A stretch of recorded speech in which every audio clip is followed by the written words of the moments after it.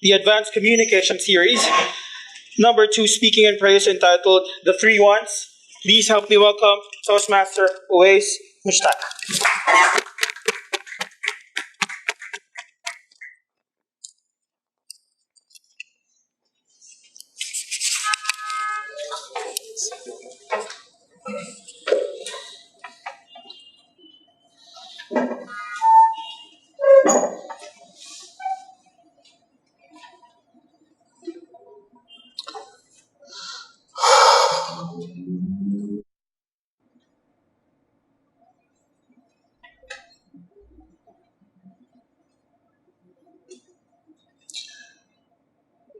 Ashes to ashes, dust to dust. Gentlemen, good evening. Good evening. We have gathered here today on this beautiful autumn evening to mourn the deaths of three stout people and members of our community, and to offer our respects to their memories. Thomas Fairclough, Richard Mason, and Harold Forbart. Tom, Dick, and Harry, as we knew them and loved them in our society. Tom, incidentally, was blind, and he bare this affliction with great fortitude, as he was also deaf. So his only gift was that of speech and song. And we remember him loudly as he used to join us in our singing songs at our local church. Unfortunately, he would never know, being blind and deaf, which song we were singing, which was appropriate, because we never knew what song he was singing either. So he would join us in his loud voice during our songs, and it's only with great thanks to Mr. Grant that he was able to use a medium of a clenched fist and through the sensation of touch, where he was able to break through to Tom and got him to shut up.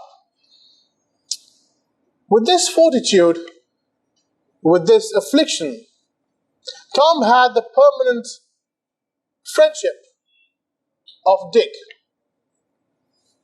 Dick could see, he had perfect eyesight, and he could lead Tom wherever he wanted. Unfortunately, being deaf, he also had no idea where Tom wanted him to go. But he never complained about his affliction, did he? Well, he couldn't. He was dumb. So Tom and Harry were these two people with afflictions, but they were together as friends. And thus, to complete the trio, they met with the permanent companionship of Harry. Harry could literally hear a pin drop, but being blind and dumb, he couldn't tell anyone else not to sit on it, or ask someone to stay on it, please. But these three together were in presence of all of God's gifts, weren't they? They had sight, they had sound, and they had the power of song and speech. And it is together that they function in our community. Together, they worked at the local poultry farm. Harry would look for cracks. Tom would complain to the manager, and Harry would listen to the radio.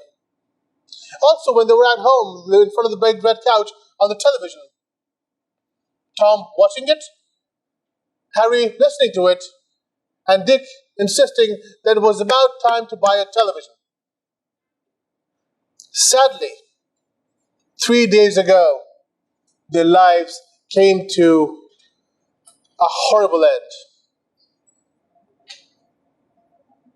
Dick saw the 18-wheeler truck. Harry heard the 18-wheeler truck, but neither could cry out. And Tom, who could cry out, didn't have the slightest idea what hit him. And as they are now, I suppose, in heaven, in presence of angels, Tom must be listening to the angels. Dick must be seeing the angels. And Harry would be ruining it for everyone else. Our last respects to Tom, Dick, and Harry. Thank you so much. Appreciate it.